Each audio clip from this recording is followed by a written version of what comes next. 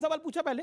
जी जी जी, क्या सवाल है आपका? सर, मेरा सवाल ये है कि आप हिंदू धर्म पर और ये आरोप लगा रहे कि रामायण महाभारत और रामचरितमानस के नाम पर हम कट्टरता फैलाते हैं, तो क्या ये जो उदयपुर में कभी गला कटता है, कभी फ्रांस में कट जाता है, क्या ये आपके तरफ से कट्टरता नहीं है? क्या आपको भी सेक्युलर जो सेक्युलरिटी की डिमांड आप हमारे तरफ से कर रहे हैं, सेक्युलरिज्म की, क्या वो आपकी तरफ से नहीं आनी चाहिए?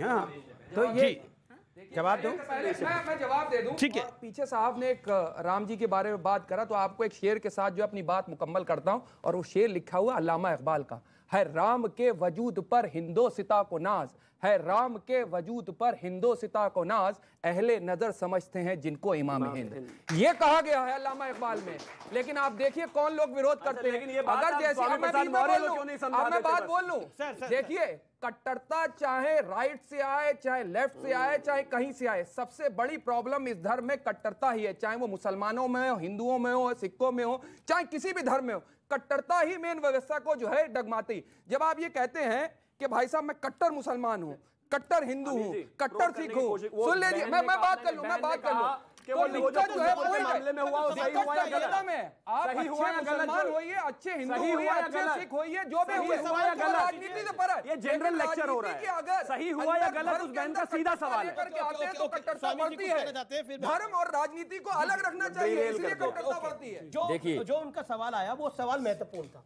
सैयद जवाद, इमाम का अर्थ क्या होता है? आपसे पूछ रहा हूँ जी।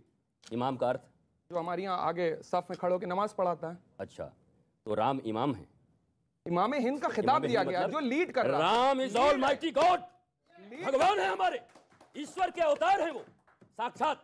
आप कैसे इमाम कह सकते हैं?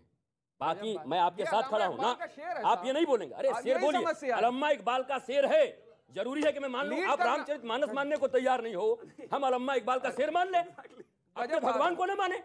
ये साक्षात रामो विग्रहवान धर्म, वाल्मीकि रामायण कह रही है राम ही साक्षात धर्म है, आप इमाम हिंद कह रहे हैं। With respect, I would say, उन्होंने कहा इमाम हमारा एक ही है, एक ही अल्लाह को बोलते हैं ना, हमारे एक ही खुदा है। And you guys have lots of devtas and gods, right? तो इमाम जो हम जिनके कहने पर हम चल रहे हैं, जिनके उस पे इमाम हिंद जो हिंद को चला रहे हैं, so he is not disrespecting कि वो गॉड नहीं है या वो नहीं है। That is a very normal sentence कि वो इमाम हिंद है जो हिंद को चला रहे हैं। The very same sentence was given in Ramcharitmanas. That is not being accepted by anybody. Then why should I accept Allama Iqbal? A simple question. मतलब रामचरितमानस को 500 साल पुराने ग्रंथ का सवाल हो सकता है, अल्लामा इकबाल होगा गोस्वामी से भी बड़े। नहीं ऐसा नहीं, देखिए नहीं करी जी जी इमाम हिंद। एक मिनट आप समझिए मेरी भावनाओं को। हम भगवान को दुनिया का सर्वशक्तिमान ईश्वर मानते हैं, राम को, ठीक है?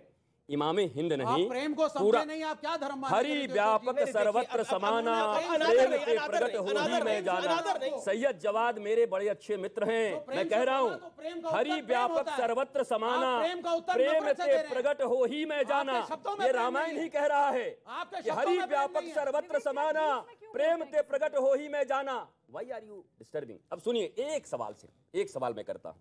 देखिए, ये चर्चा रामचरितमानस के फाड़ने पर और उसके 2-4 श्लोकों पर या चौपाइयों पर हो रही है। प्रश्न उठाने का सबको अधिकार है, और हमारे भारत देश में हमारे धर्म शास्त्रों पर, चाहे वो कभी सती प्रथा रही हो, बाल विवाह रहा हो, हमने अमेंड किए हैं। हम में साहस है कि हम रथ से राफेल तक आ सकें। मैं कह रहा हूं, भारत को अगर चलाना है तो सबको इसी दिशा में चलनी चाहिए। अब मैं शिवम त्यागी से कोई सहमत नहीं हूं, लेकिन शिवम त्यागी ने कुछ रखा तो मुझे ऐसा लगा कि आपको पढ़ना चाहिए था। मैंने देखा भी नहीं क्या है, मैंने देखा नहीं क्या है उसमें, लेकिन पढ़ना चाहिए। क्या बात कर रहे हैं? गले की रक्षा कौन करेगा? मिलिट्री लगानी पड़ेगी। वो जैसे एक सेकंड फिर मैं सुराष्ट्र की बात आऊंगा। जैसे आप एक सेकंड ऑडियंस के सामने, जैसे आप रामचरितमानस के बारे में सवाल उठा रहे हो, जैसे आप उठा रहे हो, वैसे किसी और ग्रंथ के बारे में कोई इतिहास है समाजवादी पार्टी का कभी सवाल उठाया हो? ऐसा कोई इतिहास है तो बताइए। मैं बता रहा हूँ, सुन लीजिए, अब बोलने दीजिएगा। हाँ, बोल। मैंने कहा आपसे कि मैंने सुना आपने जो कहा, आप सवाल का जवाब दीजिए। सवाल का जवाब दे रहा हूं ना। जी। जिसका मुझे ज्ञान होगा, जिसके बारे में मैं जानूंगा, जिसको मैं पढ़ता हूं, जिसका श्लोक गाता हूं, जिसका श्लोक बोलता हूं, जिसकी पूजा करता हूं, उसके बारे में ज्ञान है मुझे, मैं बोलूंगा। जिसके बारे में मुझे ज्यादा ज्ञान नहीं हो और हम ज्यादा, खान ने बोला उसके बारे में में उनको तो ज्ञान होगा। मैं अपनी बात कर रहा हूं, फिर आप इधर उधर भाग इसीलिए उन्होंने जो मुझे इसीलिए कहा था, ये धर्मनिरपेक्ष राज्य है ना, सबको अपने अपने धर्म को मानने का अधिकार है, सबको अपने अपने धर्म की पूजा पाठ जो भी जिस तरह से मानता है, जो जिस तरह से करता है। हम पूजा करते हो, नमाज पढ़ते, तो हमें इस देश के अंदर में संविधान ने सबको अधिकार दिया है। लेकिन आप ये कहोगे आके के लिए कि आप पढ़ो, जबरदस्ती आप मेरे टेबल पे आके लग देंगे। अरे भाई ये मत पढ़िए, नाराज मत होइए। नाराज नहीं हो रहा, नहीं नाराज नहीं, ये राजनीति है, ये राजनीति नहीं करनी चाहिए। मैं तो ये पूछ रही हूँ, बार बार उस प्रश्न से दूर भाग रहे हैं। क्या अखिलेश यादव शूद्र हैं? इसका जवाब अखिलेश यादव स्वयं दे देना। ये भाषा, अखिलेश जी की साइकिलिंग करते हैं, ये जो भाषा है, ये क्या समाज को बांटने वाली भाषा नहीं है? फिर से मैं कह रही हूँ, शूद्रों के, दलितों के साथ जो अन्याय हुआ, उसके साथ कौन खड़ा है भाई? आज ये कंफ्यूजन क्यों क्रिएट कर रहे हैं? इसी की चर्चा हो रही है, इसमें बीजेपी धर्म का अखिलेश जी शूद्र है। मैं कह रहा हूँ, सुन लीजिए, यही तो समाजवाद है। हम अपने आप को चूंकि जो दूसरे आई मीन जात से आते हैं, जो लोग जिनको समाज के अंदर में रिजर्वेशन दिया जाता है, जिनको इतने सालों से प्रताड़ना दी गई है, हम कहते हैं हम उनके साथ खड़े हैं, हम हैं वो। क्या के साथ खड़े हो? ये रामचरितमानस पे अगर हम रामचरितमानस पे झूठ क्यों बोल रहे हो? रामचरितमानस पे झूठ क्यों बोल रहे हो? तो रामचरितमानस पे झूठ क्यों बोल रहे हो? अगर किसी की रक्षा आपको करनी है, अगर आपको किसी की रक्षा करनी है तो रक्षा करिए, लेकिन रामचरितमानस का मजाक उड़ा के, रामचरितमानस पे सवाल खड़ा करके क्यों?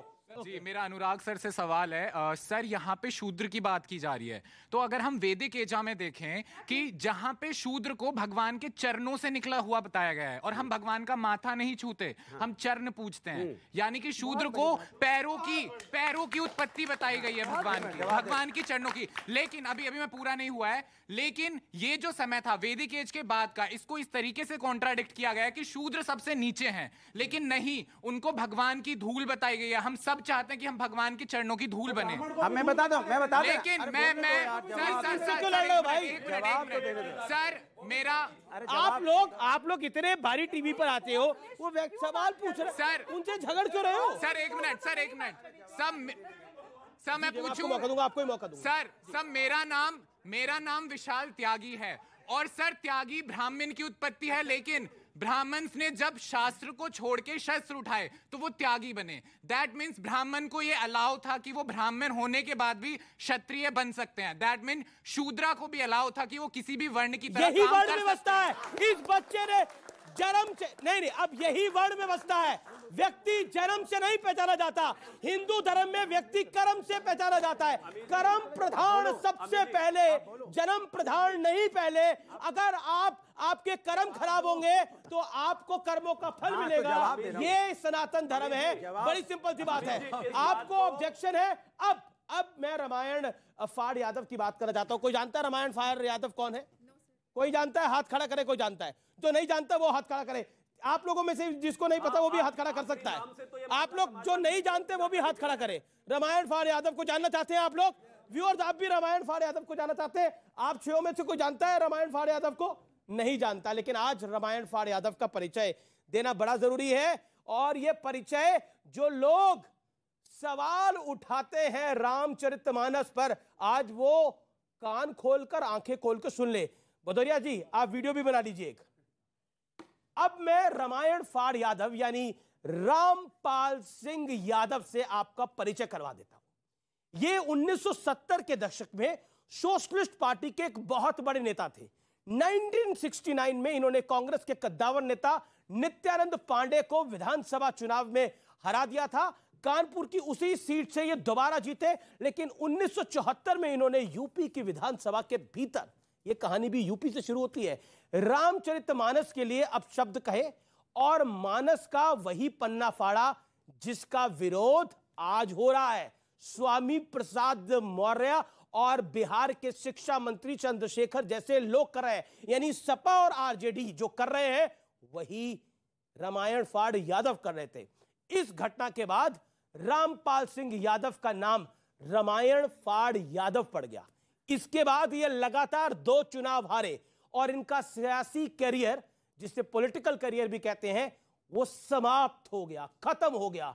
तो आज रामचरितमानस के नाम पर जहर जो नेता घोल रहे हैं, इस घटना से सबक ले सकते हैं। ये उनके मन की बात है, वो क्या करना चाहते हैं, लेकिन सबक लेना बड़ा जरूरी है। यह है रामायण फाड़ यादव का परिचय। रामायण का पन्ना फाड़ा तो पूर्ण विराम लग गया पॉलिटिकल करियर पर। जिनको लगता है ना कि रामायण का पन्ना फाड़ के, रामायण का पन्ना जलाकर वो देश की राजनीति के सुनहरे पटल पे आ जाएंगे, ऐसा होता नहीं है। और एक इतिहास देख लीजिए, 1992 के अंदर भारतीय जनता पार्टी ने चलाई, ये फैक्ट है, इसमें कोई इधर उधर की बात नहीं है। 1992 के अंदर बीजेपी ने चलाई रामरथ यात्रा, बीजेपी का चक्कर घूमा और बीजेपी 2 से 80, 85, 90 सीटों तक पहुंच गई।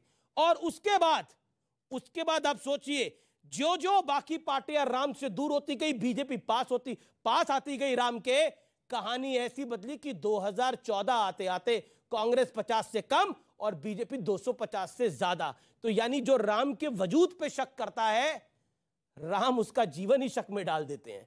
तो ये है सच्चाई प्रभु राम की। और इसके ऊपर शिवम त्यागी आप कुछ कहना चाहते हैं, बोलिए। नहीं, मैं तो बस यही कहना चाहता हूं कि आपको इतना भिगा के समाजवादी को क्यों बताना था, सीधा ही बता देते कि वो गलत कर रहे हैं, उनका पॉलिटिकल करियर खत्म होने वाला है। अब मैं सिर्फ बड़ी इंपॉर्टेंट चीज पर आ रहा हूं। अगर कोई इस बात को ये सोचता है कि मैं किसी धर्म के खिलाफ या हिंदू किसी धर्म के खिलाफ या इस्लाम के खिलाफ है, बिल्कुल नहीं है। मुझे कोई इंटरेस्ट नहीं है कि उनके धर्म ग्रंथ में घुसने और तमाम चीजें कोट करने की। लेकिन मैं सिर्फ इतना कहना चाहता हूं कि मेरे पिताजी ने जो लिखा वो बुरा है, उसको ही मैं कंट्राडिक्ट करता रहूंगा। बाकियों के पिताजी ने जो लिखा है, पड़ोसी ने जो लिखा है, मैं ना उस पर बात कर सकता, ना मैं कहूंगा, ना मैं डरूंगा, क्योंकि मुझे पता है वो पीट देंगे या मार देंगे। ऐसा नहीं होना चाहिए। मैं अपने धर्म की बात कर रहा हूं, मुझे बाकियों से कोई लेना देना नहीं है। अनुराग भदौरिया की पार्टी जो कर रही है वो इस समय इस देश की आत्मा पर आघात कर रही है। और एक चीज मैं कहना चाहता हूं, किसी भी देश को अगर खत्म करना है तो जो उस देश की चीजों को पूजा जाता है बस उनको खत्म कर दो, अपने आप ही आपकी संस्कृति खत्म हो जाएगी। और वो वही कर रहे हैं। एक तो मुझे समझ में नहीं आता कि कम्युनिस्ट पार्टी जिसको धर्म में विश्वास ही नहीं है आइडियोलॉजिकली, वो राम पे क्यों बात करती है भाई? दलित एम्पावरमेंट की बात कर रहे हैं। दलित एम्पावरमेंट की बात आप मत कीजिए, मत कीजिए। आपके यहाँ कितने पॉलिट ब्यूरो में कितने दलित हैं? पॉलिट ब्यूरो में कितने दलित हैं बताइए ना। पॉलिट ब्यूरो में कितने डी राजा दलित हैं, जनरल सेक्रेटरी ऑफ सीपीएम पता ही नहीं है। हेड बताइए, आपको पता ही नहीं है। हेड बताइए, आपको पता ही नहीं है। बताइए, डी राजा जनरल सेक्रेटरी, हेड बताइए। अरे भैया, कांग्रेस पार्टी ऑफ इंडिया में बताइए, जनरल सेक्रेटरी हेड होता है। She doesn't know.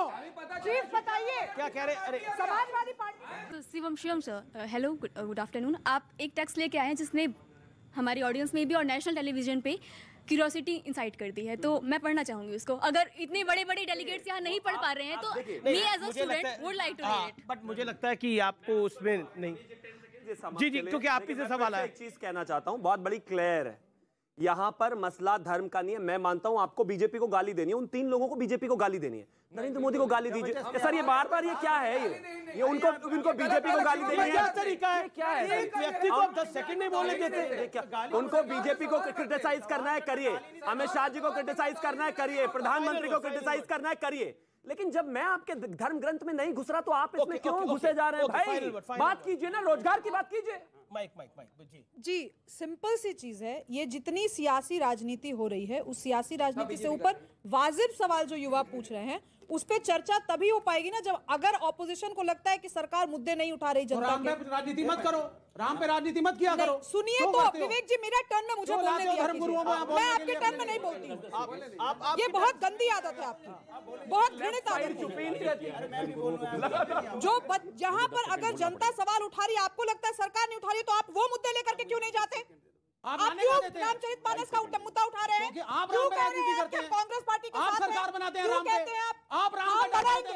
हाँ, बीजेपी बनाएगी, बीजेपी बनाएगी, आप एजेंडा लो ना। Not God loving. See, this is the problem with people like Vivek Srivastava that they don't have the patience to hear anything. Ram से डरने की बात करेंगे? बिल्कुल नहीं।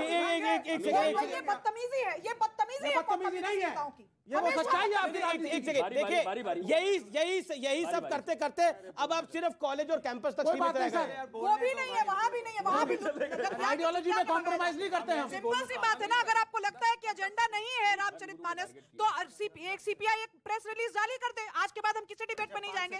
विवेक जी ने कहा धर्म गुरुओं को क्यों बुलाते हैं? धर्म गुरु भारत के नागरिक नहीं है? धर्म गुरु इंसान नहीं है क्या? विवेक जी, मैं आपको इतना प्रेम करता हूं, आपने कहा धर्म गुरुओं को क्यों बुला रहे हो? अरे मैं संविधान मानता हूं, भारत का संविधान मानता हूं, भारत सर्वोपरि, मेरे लिए संविधान सर्वोपरि। ठीक है, मैं मानता हूं। लेकिन अब इस चर्चा को समाप्त करने का वक्त आ गया है। लेकिन राम मंदिर पर बात नहीं होनी चाहिए, राम मंदिर पर सियासत नहीं होनी चाहिए, राम के नाम पर पॉलिटिक्स नहीं होनी चाहिए। लेकिन रामचरितमानस की एक चौपाई जिसको गलत इंटरप्रेट करा जा रहा है, लगातार और जानबूझ के किया जा रहा है, पॉलिटिकल एजेंडे के तहत किया जा रहा है। और मैं बार बार कहता हूं आपसे, देश की सबसे बड़ी जाति हिंदुस्तानी है, और कहते हैं ना, कंधों से बड़ी छाती नहीं होती, धर्म से बड़ी जाति नहीं होती। और सबसे बड़ी जाति अगर आप अपने हिंदुस्तान को समझ लेंगे तो उससे बड़ा कुछ नहीं होता। लेकिन ये सब कुछ एक पॉलिटिकल एजेंडे के तहत हो रहा है, 2024 के लिए हो रहा है, और उस एजेंडे, उस नैरेटिव को बिल्ड करने की कोशिश है जो एक समय पर अंग्रेजों ने बिल्ड किया था। यानी जाति व्यवस्था में देश को बांट दो और देश की तरक्की को आप नीचे कर दो। फिलहाल इस कार्यक्रम को यही समाप्त करते हैं। उम्मीद है कि रामचरितमानस पर आज कईयों की पोल खुली है और कईयों के ढोल बजे हैं, तो आपको पसंद आया होगा। नमस्कार। न्यूज़ 18 इंडिया की web series FIR number 208 streaming today.